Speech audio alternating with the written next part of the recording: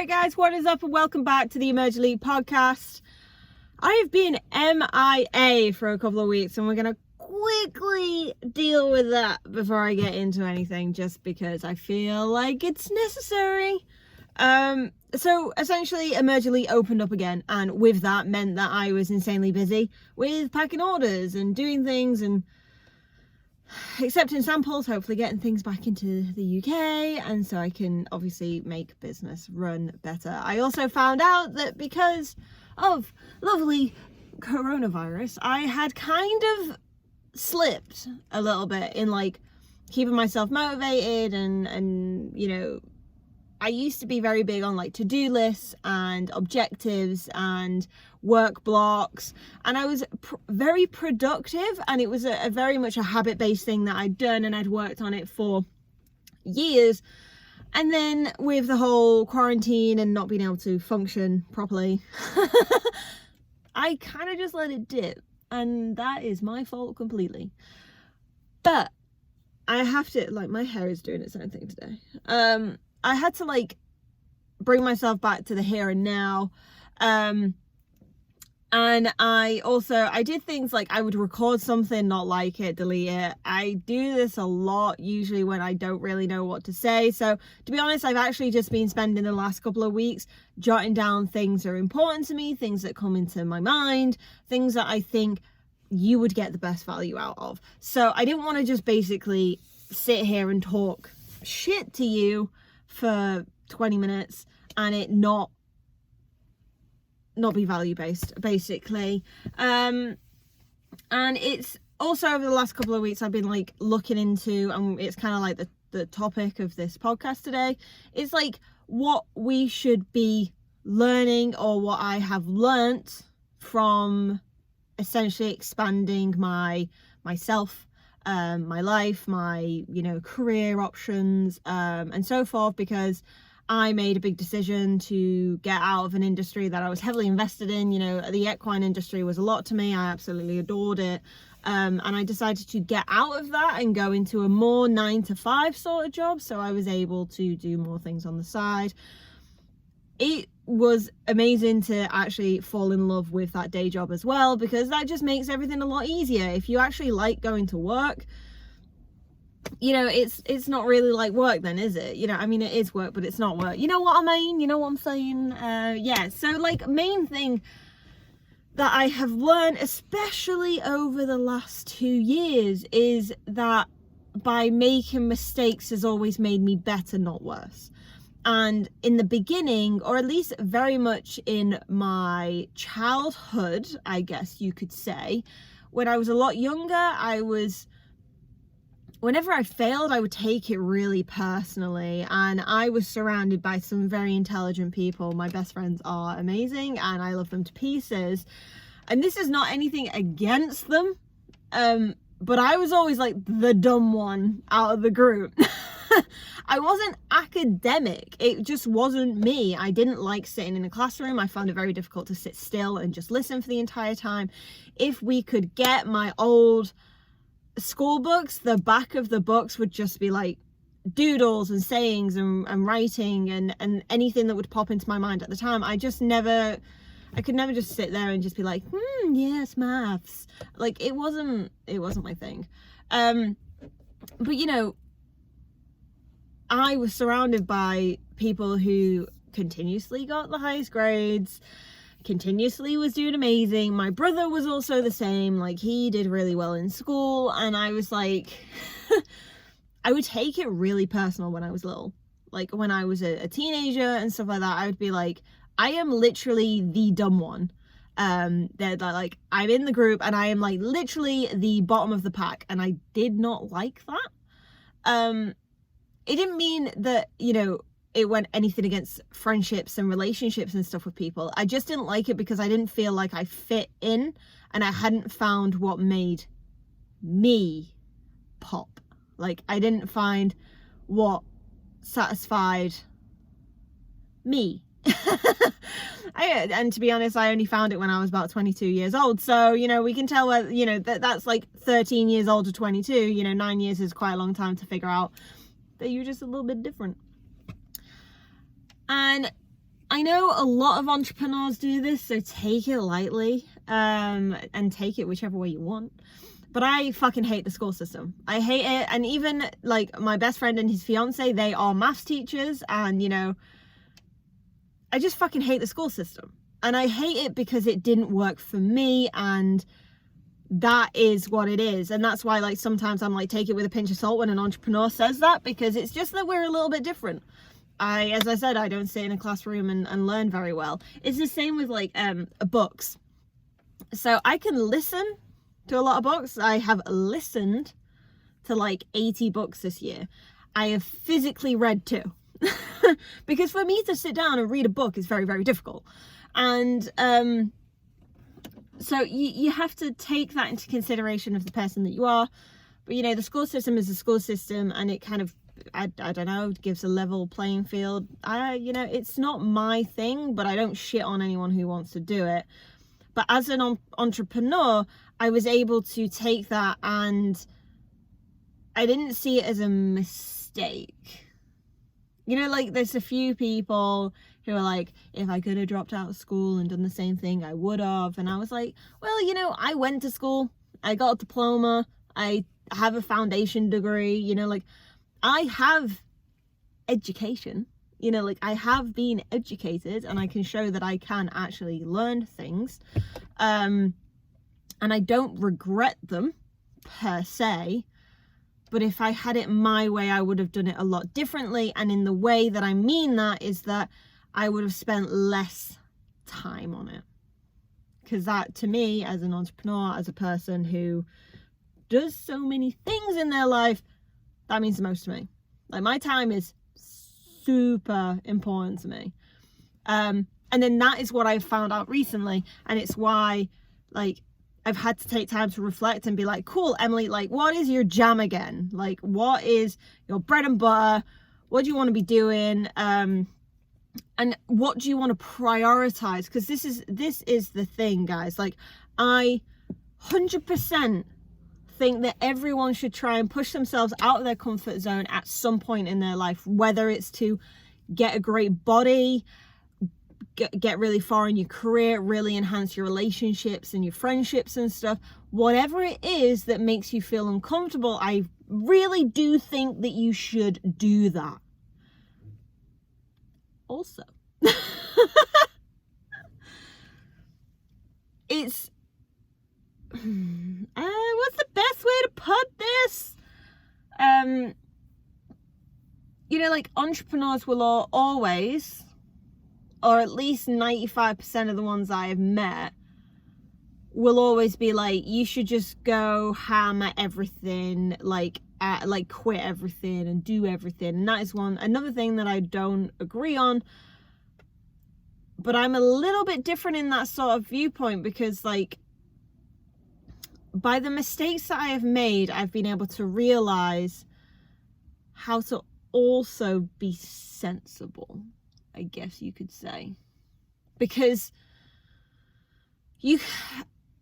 as an entrepreneur, if you want to start up your own business, if you want to do your own thing, I don't know, freelancing, side hustle, whatever, you have to take a risk, whether it's financial, time-wise, you know, like, you might lose friendships, relationships on the way, and, you know, that's shit, you know, most of the time.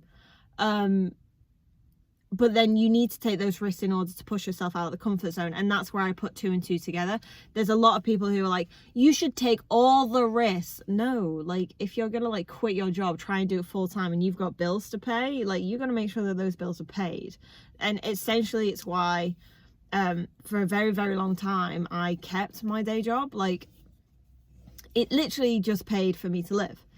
And that was before. Like, this job is different, you know, it's actually, like, it's a potential career path if I wanted to do it and stuff. But then I'm also not downsizing my side businesses. If my side businesses were to do really, really well, then I would pursue it. Because that is what like, why would I put so much time into it if I didn't want to do it, you know? Senses. Another thing that entrepreneurs, or at least what I have heard a lot of, especially when I first started is everyone was like, you need to invest. I was like, I am investing. I'm investing all my time, quite a bit of my own money, you know, like trying to start up a clothing business. Like, dude, I'm investing. And then they were like, no, you need to invest, like stocks, real estate, blah, blah, blah, blah, blah, blah. Do I agree with it? Again, yes and no. Investments, yes. Why do you have to talk so loud? Sorry, if you're watching the YouTube version of where like you can actually see me, people just walk behind my car like screaming their heads off. And it's like, I'm trying to film a podcast, dude, and my hair is doing my own thing. Anyway, back to it. Like,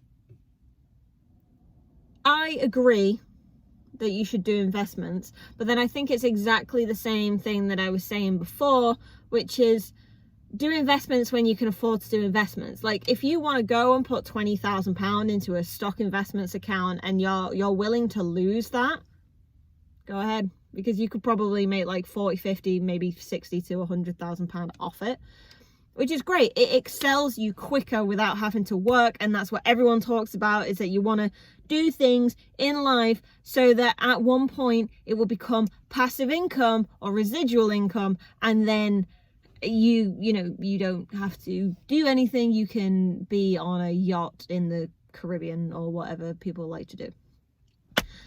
I'm a little bit different on that, and the only reason that I'm different on it is because I fucking love working. Like, if someone turned around to me and said, okay, Emily, we're gonna, you know, book you in for a speaking engagement here, and then next day you're gonna do a photo shoot here, next day you're gonna do this here, next day you're gonna do that there, and I'm like rushed off my feet, that makes me feel awesome. And it just makes me feel really fulfilled. But then also at the same point, I've been able to love the fact that when I do get chill out time, I actually use it effectively, and I actually get to do what I want to do, which, you know, to be honest, is not out of the box. You know, like, I'm not an out of the box sort of person. You know, give me a video game and my other half and I'm pretty happy. Like, I'm a pretty chilled out little lady. But yeah, so like,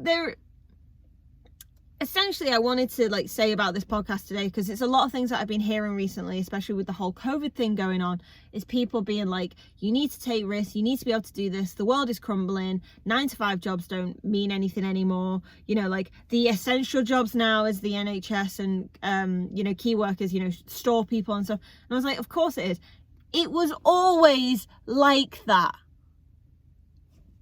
Did you ever think that the NHS wasn't a key person? Do you really think that the people who stack the shelves for us to eat are not important people? Like, you know, they were always important people. You know, it was always an important job. It's always a job that someone's got to do. And like, a lot of people now are like, no, you need to learn how to make your own income and freaking stick it to the man or shit like that. You don't have to, okay? You don't have to, but do I suggest that you give something a go? Yes. As an entrepreneur myself, I think you should give something a go. If you want to write a book, fucking write a book.